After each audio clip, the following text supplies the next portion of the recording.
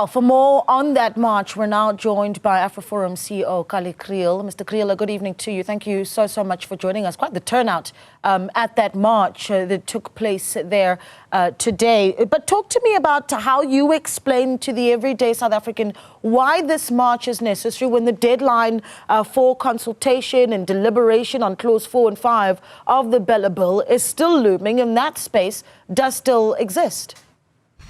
Good evening, Naledi. You're welcome to just call me Kallie. Well, we all know how the negotiation processes work, also with regard to the ANC, that follows a balance of forces strategy. One sees that if you read their strategy and tactics documents.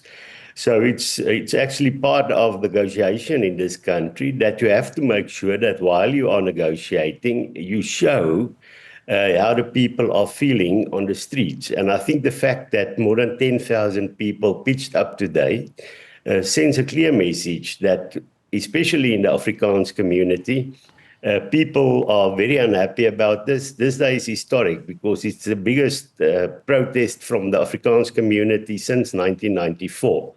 And the message is quite clear. We want to promote mother tongue education. Bela does not do it. It diminishes mother tongue education. It focuses specifically to eradicate Afrikaans by anglicizing Afrikaans schools, and it makes no provision to make sure that the other indigenous languages in this country are also developed to become a language of tuition. So I think this is something that has an effect on all children in this country, and therefore it's worthwhile to go to the streets and to make a strong point through a protest action that we had today. Yeah, and of course, part of this lag in the implementation of Clause 4 and 5 of the Bela Bill has been for consultation. So when that discussion does then take place in AfriForum, for instance, contributes to what those two clauses should look like, what is the alternative? So to the discussion around deliberation is still open, what is the alternative that you would want to see on that act? Well, we would want to promote cooperative governance, which means there should be a partnership between parents as well as the provincial government. That partnership has been clarified 3 times in the courts, with the Ermelo case, with the Overval case, as well as the Rivonia case. But what this act does, it gives power to one person, an official, to determine the language policy of a school. That is overreach with regard to power. But we also have seen what the intentions are when you listen to some of the remarks of Premier Lesofie, that states quite clearly there's no room for an Afrikaans school. So the alternative would be to say, don't keep more or less with regard to the balance that we have between these various groupings. No one has absolute power. School governing body cannot do as they wish. They are bound by the Constitution, and the same should apply for an official.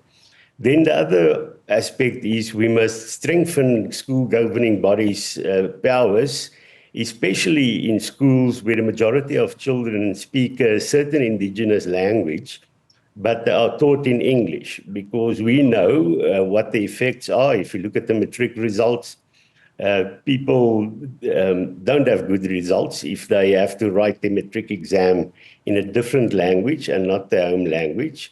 And we have to make sure in Bela it says that there's an obligation on the department to systematically grow and implement mother tongue education in the different languages of this country. Of course, it won't happen overnight.